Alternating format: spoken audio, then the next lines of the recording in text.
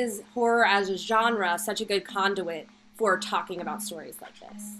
Within the context of being Black in America, for us, when you tell these stories from the perspective and through the prism of the Black American experience, it can be seen as nothing less than a horror. And so in my mind, when we look at movies like Gone with the Wind, that's a horror film. It is an effective piece of propaganda, but it is still a horror film. And in fact, Christopher and I were so determined to correct the record that we were obsessed with obtaining the lenses from Gone with the Wind to shoot our movie, which we did. So we used the same weaponry that was meant to misinform. We used it to enlighten and illuminate the truth of our past.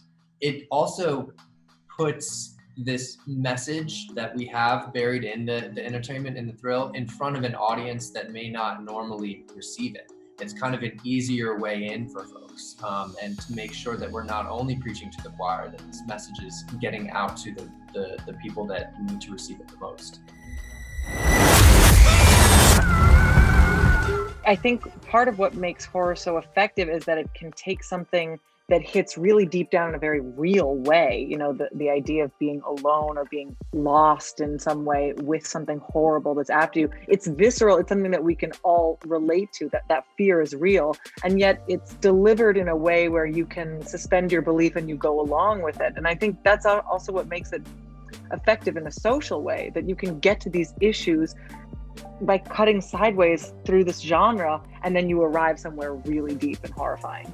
Trauma needs an outlet, you know? I think that what filmmaking and storytelling and myth-making does is it allows us to sort of take our fears and villainize them in a way that we can look at them from a different angle. It feels like a removed space, and then we can take our courages and sort of heroize them and sort of see an uplift and say, oh, wow. But really, like, I think horror is this wild genre where it's like, it's taking both of those sort of like villains and heroes and putting them back into the human body and being able to put them in a situation where we can live out that risk with the safety net of knowing that it's just a film.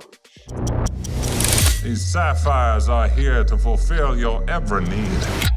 The idea of social commentary in horror, it's not as though there have not been different kinds of overt social commentary in every film. If you watch old cowboy films, the good guy is in white and the bad guy is in black. And in films where there's like an evil villain mastermind, that person is usually British, because America views people with accents.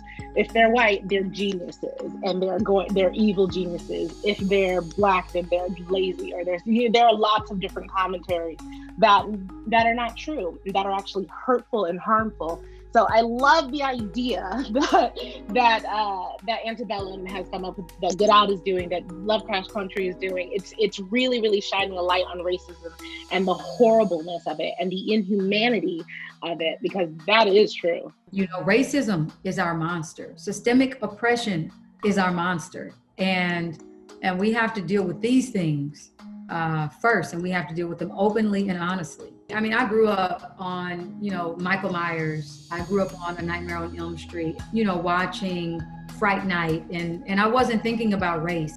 I was just a kid who loved horror. I loved getting scared and getting frightened. But I think there comes a point in time in my life where my purpose is not to shy away from the actual realities that are horrific. It's to highlight those.